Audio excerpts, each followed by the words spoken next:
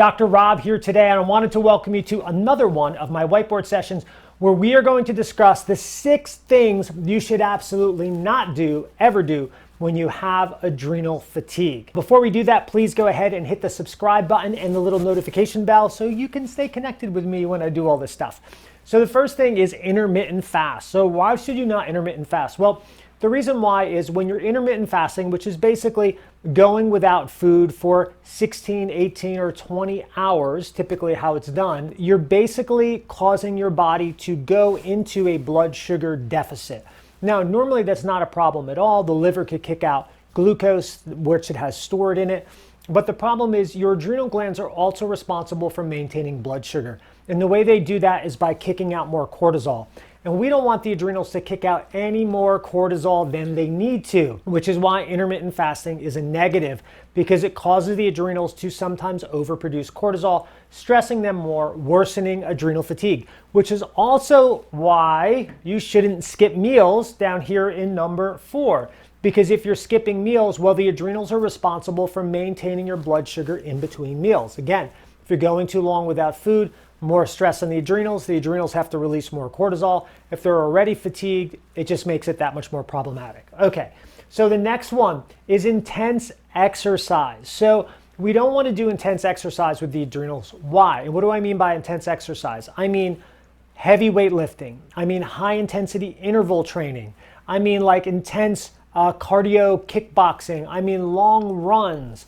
All these things are too much stress on the adrenals. Remember, exercise is a form of stress. You reap the benefits of it, or most of the benefits, during recovery when your body's healing and repairing.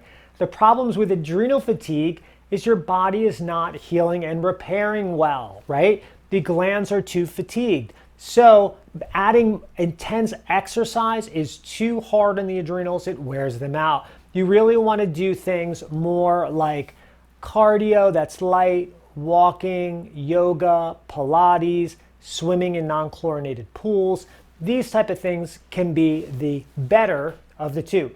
The next one is no coffee after 12. And in truth, the adrenal case really should avoid coffee kind of altogether. But if you're going to have coffee, you definitely don't want to have it after 12. And the reason why, again, is it can overstress, overstimulate the adrenals. Later on in the day, your cortisol levels are dropping, right? They're high in the morning. So if you want to add a little extra coffee, all right, you're at least going with the normal rhythm of the body. But if you're having a 2 p.m. cup of coffee or 3 or 4 p.m. cup of coffee, this is when your adrenals are now settling down, right? They're slowing down now. Their cortisol production is coming down. Their neurotransmitter production is coming down. So to force them into an unnatural swing and start to overproduce their hormones at that time of day is just not good, and that's exactly what coffee does. And then, of course, we want to avoid high carb meals or high sugar meals. When we eat meals that are high in carbs or high in sugar, it causes a temporary spike in our blood sugar, but your body has to make a lot of insulin, and that shoots your blood sugar back down. And often it will shoot it lower than where it should be. When that occurs and we get that blood sugar dip, that could occur after too many carbs or sugary foods. When you get the blood sugar drop, the hypoglycemia, that's what's stressful to the adrenals, and the adrenals now have to produce more cortisol. Not a good situation. These are the 6 things we really want to avoid if you have adrenal fatigue. So I hope that helped, and I'll catch you at the next whiteboard session. See ya.